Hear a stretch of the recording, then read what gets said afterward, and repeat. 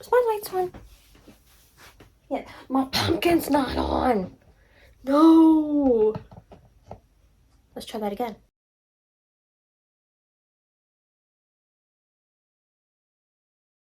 Hi guys, welcome back to my channel. My name is Katie, and in today's video, I am doing the Finally Fall tag. I have done this tag every year since I started BookTube, which is like, I guess 2 years ago. So I have 2 other ones of these on my channel, and I will link the playlist down below. It's just under like my tags playlist because I love doing tags. Now listen. Listen. Tags are an easy out when you don't know what you want to do for the week, or you've had a hard week and you know what, it's like a tag. It's fall, but it is finally fall, you know, so like it fits with the time of year. So we're going to be doing it. I will list the questions down below if you want to follow along and answer them in the comments, or if not, that's fine. You don't have to do that either. But let's just get into the tag, because I don't want to be this girl that's like, I love fall. Fall's my favorite. I don't want to be that basic girl, but I am. So like, you know, I've said it plenty of times how much I love fall. So let's just get into the tag. Okay, in prior years doing this, I have included like YA, I've included thriller, but this year I'm going to strictly do romance. I'm going to try to do strictly romance suggestions for this, and I think I did it. I think I did it, but let's see. The first question is, in fall, the air is crisp and clear. Name a book with a vivid setting. So the overthinker that I am, I'm like, okay, what does vivid setting mean? Does it mean, like when I think of vivid, I think of bold. So I'm like, is it like a bold setting? Is it a setting where it was colorful, or just a setting that kind of like sticks out in my head? And then I was like, Katie, it's your tag. You can do whatever you want. It's just a tag. So I'm going to give you a few different scenarios that I find that are vivid. So one is always, I'm always going to go back to A Court of Thorns and Roses, specifically A Court of Mist and Fury, because the city in the second book, Valaris, always sticks out. Like I can picture that city in my head. Like the pictures that I've seen like people make of it, I'm like, yep, that's what I thought of. That is what I thought of. You did a great job. It's very vivid to me. So I will always go back to that book. But 2 other settings that are really vivid that would probably not make sense, but to me, small town settings. Any small town setting, preferably in the fall, winter time. Because you know you have the cozy holiday vibes. Everyone's setting up and like decorating, and you got like the town center that's always decorated. To me, that like, I just wish I lived in a place like that, because my small town don't do it and it makes me sad. But like, I just want Gilmore Girl vibes in my real life, and my town just doesn't do it. But any small town setting is vivid to me. Also, I just read Neon Gods this past year by Katie Robert, and that book, talking about like the city of Olympus and like the underworld city and like the river in between, sticks out. I remember that. I don't even know how I remember that, but I do. So it's vivid to me because it just, the way that the city was described and like the inner workings of the city, that was such a great setting. Now that I think about it, I'm so glad I added that to this book. Yeah. Yep. The next question is, nature is beautiful, but also dying. Name a book that is beautifully written, but also deals with a heavy topic like loss or grief. Okay. So I guess this is maybe a spoiler, but just fair warning. 1,000 Boy Kisses by Tilly Cole. Really, any book by Tilly Cole? Like that book, the Hades Handmaid's series deal with heavy topics, but specifically 1,000 Boy Kisses deals with loss and dying as a whole. I cried my eyes out when I read that book. I ugly cried. It was like, when I look for books that want to like emotionally wreck me and then I find them, I'm happy. But A Thousand Boy Kisses it's more of a YA because you're following, and I can't remember her name. It's escaping me, but I do know the other guy's name is Rune. And they were best friends growing up, and then he had to move back to his home country because he was from Russia, and they stopped talking, and then he came back like 2 years later, and they were neighbors, and now, was it Georgie? Georgie, I think it's Georgie. I'm getting Georgie. I'm thinking of Pennywise, so it must be Georgie. Hiya, Georgie. But they come back together and they try to reconnect after being apart and finding out what happened. What was it that made them, break apart? And then when you find out, you cry. And it's sad. But it's beautiful. It's beautifully written, so that's why I included it in this one. The next question is, fall is back to school season. Share a nonfiction book that taught you something new. I don't read a lot of nonfiction. I don't read a lot of nonfiction because I have to read a lot of nonfiction for work. So when I am home, that's not something I technically lean towards ever. But I will share a book that I read for work that I think anyone could read and benefit from. And it is, do I have it on my shelf? It's this book right here. It's The Body Keeps the Score.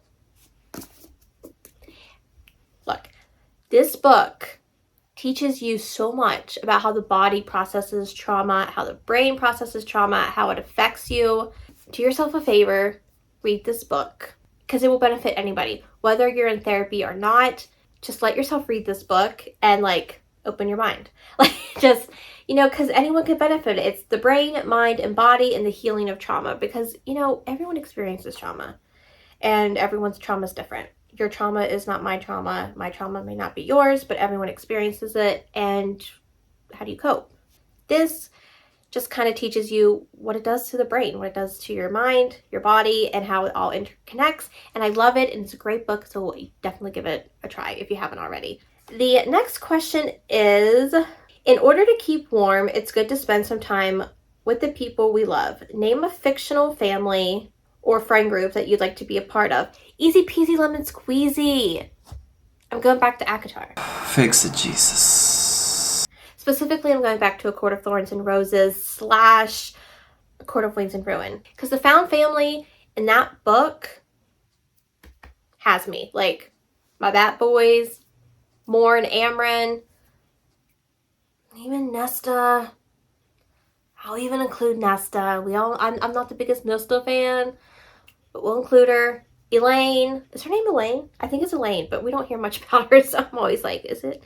And then Feyre. Everybody. We're just going to include everybody. That is a family that, I can get down with. I can go out dancing with more.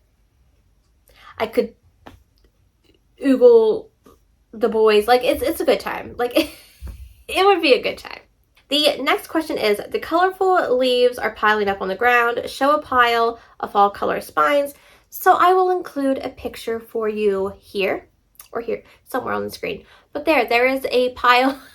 I haven't done it yet, so I can't tell you what the books are. But guarantee you, if I'm knowing me, it's going to look fabulous. So there you go.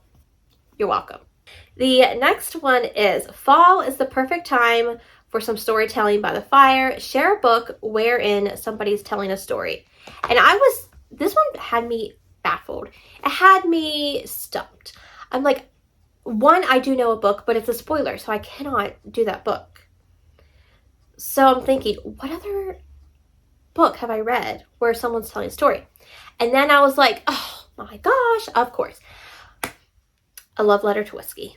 If I can go every video and recommend that story to you, I will. It's on my shelf back there. I can't get it because Hocus Pocus is in the way. But A Love Letter to Whiskey by Candy Steiner.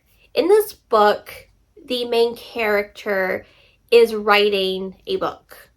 So she is telling the story of her life and her love of the hero. So that's why I'm including it in this tag.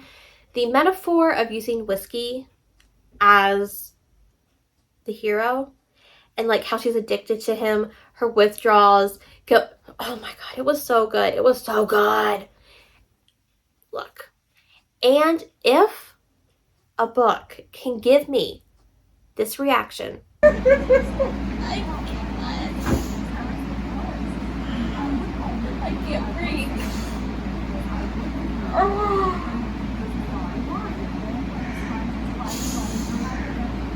I'm a mess. Give it to me. And if it doesn't, I don't want it. Like, I don't want it. If I am not in a heaping pile on the floor, like if I'm expecting it to be angsty and I'm not on a heaping pile on the floor, we're going to have problems. But this book, just every time, it just does it for me. The next question is, the nights are getting colder. Share a dark, creepy read. Okay, so this is where we're going to hit a little, I have not read any romantic, dark, creepy reads yet, so I'm going to give you some that I think I'm going to read this year and that I hope I'll enjoy. So the first one is Scream for me, and that is just a novella set on Halloween, and like it's a reverse harem, and all the men wear masks, like Halloween masks. So like I'm thinking like Michael Myers, like Jason, Freddy, I don't know. It's what I've heard. And then there's one for Christmas too, but we're not there yet. But that is one that I think I may want to read. And then another is Gothicana, and I've heard so much about this. It is like a gothic romance set in like an academic setting, but that's all I've really heard. Like, that's all I really know. So, but it has like, I think it has like a murder mystery type vibe to it also, but it's creepy. I hear it's got the vibes of that, so I wanted to include that one as well. But I haven't read those, so like don't take my word for it, but those are just ones that I myself am planning to read this year. The next question is, the days are getting shorter. No, they're not. I mean, they are, but that's not the question. The days are getting colder. Name a short, heartwarming read that can warm up somebody's cold and rainy night. Okay, so short to me is 300 or less because I don't read a lot of novellas. So we're going with that. So this book is 297. But you can still read it in one setting because it's that good. And the book is called Then and Now by Julia Jarrett, and it is number 5 in the Dogwood Cove series. But they're all standalones, and you can read them. They're just interconnected with the characters. And this one is a second chance romance, and it's set in a small town, and it's just so heartwarming. He's a single dad. She's a dance teacher. His daughter wants to be in dance. They were high school sweethearts. It's so heartwarming. It's just so cute. And I don't want to go too much into detail because I'm going to talk about it in my recent reads wrap up. But it was such a good time. It was such a good time. The smutty scenes, the spicy scenes are there too. So if you're looking for that. But give this book a chance because it was just so cute and heartwarming. And the little girl just had my heart. Oh, she was so cute. The next question is, fall returns every year. Name an old favorite that you like to return to soon. So this, I guess, is like a reread that you want to read. And I have been wanting to reread Birthday Girl by Penelope Douglas. It was my first Penelope Douglas, and it has something, it was like my first introduction to the ex-boyfriend's dad, and it just has a special place in my heart, and I need to go back to reread it.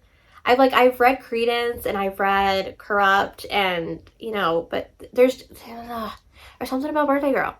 There's something about Birthday Girl, and the fact, okay, I'm so sad that I missed out on the Mystic box of Birthday Girl because that freaking book cover is so stunning, and if anyone ever finds it for sale, please let me know because I need it in my life. It is so pretty. Thank you for listening to my rant. Okay, the next one is, this is the last question. Fall is the perfect time for cozy reading nights. Share your favorite cozy reading accessories. Okay, so I've got a pile. It's great. The first is always the candle. It's always going. Fall scent or not. I even have them on in the summer. It's just how it is. So this, you've got your lights that I need to change the batteries in because they're looking dim as all heck. I have lights on my other bookshelves. So this one is a gradient. It goes from purple to blue. But the other 2 bookshelves are just white fairy lights. And then my glasses, because I can't see. I can't see you all right now. I can barely me. So my glasses. Fuzzy socks. Fuzzy socks. Preferably ones with little grips on the on the bottom so you don't slip and fall when you're going down the steps. I've done that. Let's not do it again. Fuzzy, cute fuzzy socks. Your blanket, and this is a book themed blanket. This is from Emily Cromwell Designs. I will link it down below. Her shop is all bookish themed. It's amazing. But this just has bookworm essentials on it. So it's got your books, it's got your cozy chair, it's got your book cart, it's got your cup of coffee or tea, you know, whatever you prefer. Love that. And then your mugs for your drink, whatever you feel like drinking. So I've got this mug that I got last year from Hobby Lobby, and I just loved it because I'm like, it's me. It looks like me. Got the dark hair, the leopard, the boots, it's me. And then the other one is my Olivia Benson is my spirit animal because I love Olivia Benson. I'm an SVU fanatic. And if she does not get with Elliot Stapler, there will be heck to pay, but I am not talking about that right now. Oh, one more thing. My annotation pouch. It just has my extra sticky notes, my pens that I use. So if you ever want to know what's in this, let me know. I can do a video of that. But that is the tag. I am pretty sure there's no more questions. So that is the Finally Fall tag. I hope you guys enjoyed. Let me know down below in the comments, what are some of your fall essentials when reading? Like, what are your favorite accessories? Do I need to add some? Because I'm all for adding accessories to anything. But I hope you guys enjoyed this video. If you did, be sure to give it a thumbs up and consider subscribing if you're new and would like to see more videos from myself. All my social media is linked down below as always, my Goodreads and my Instagram if you want to keep more up to date, like on my day-to-day life and what I'm currently reading. But I will see you all in the next one. Bye, guys. Was my camera crooked the whole time? Oh, man. I think it was. Any book that makes me feel things is like, no, I don't like anything I just said of that. So that is why I'm including it in this book. The metaphor of the book, that's why, no. Fall, luckily, no. What? I'm not saying that. We're not saying, okay.